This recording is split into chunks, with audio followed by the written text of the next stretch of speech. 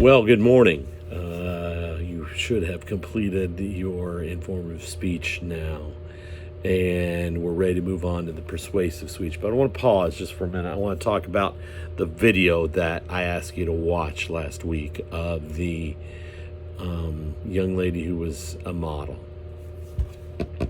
About 85% of you felt really strongly, positively about that speech. I'm not here necessarily to question whether you're right about that, but I'm going to tell you why I think it's not and why it matters in this class. If you were to do an objective sentence for that speech that the model gave, I think it would go something like, every person can identify the false use of image in the fashion industry by identifying three key ways images are manipulated.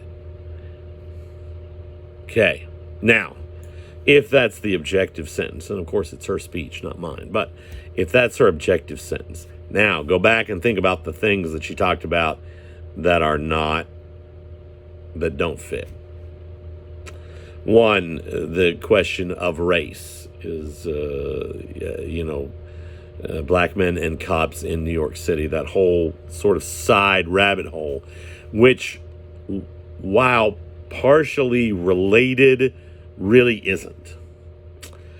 The costume change, I think, is the worst thing she does of all. Two of you identified you would move it later. Good thought. I don't think at that speech, all that costume change does, I don't think it does change our opinion, number one. And number two, I think it made her really nervous. She is out of breath, laboring in order to do that. And number three, if we were going to be offended or think about it, you would have had to get more than 15 seconds into your speech before you made that change. So I think yes, it's a resource to those who said that.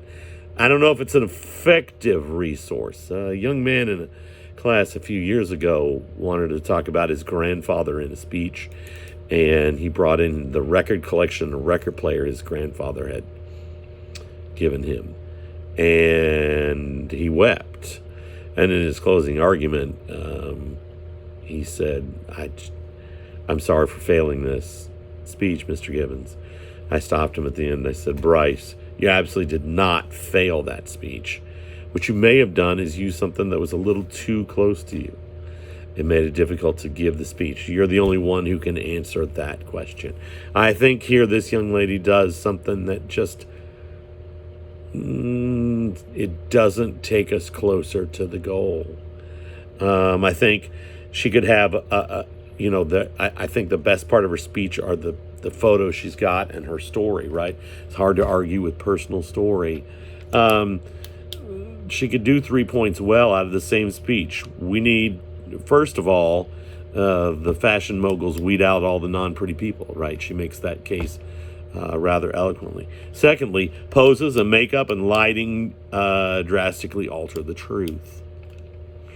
I think she made that case very well. And third, people of different nationalities, colors, ethnicities are not equally represented.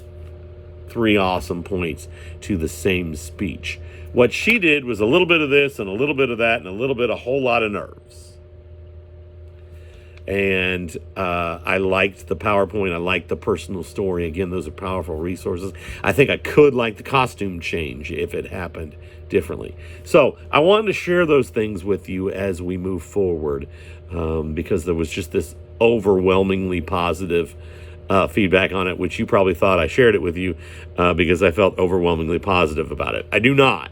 I think the seeds are there, but I think there's about 3 speeches within a speech. And I think there's a resource that doesn't particularly work in the way that it's brought forward. So those are my thoughts on that speech. Again, you didn't lose points because you thought it was a good speech. I'm not here to argue with you about that. Based on the way I teach oral communication, I think there are some things that are in that speech that are really worth looking out for. All right, have a good one.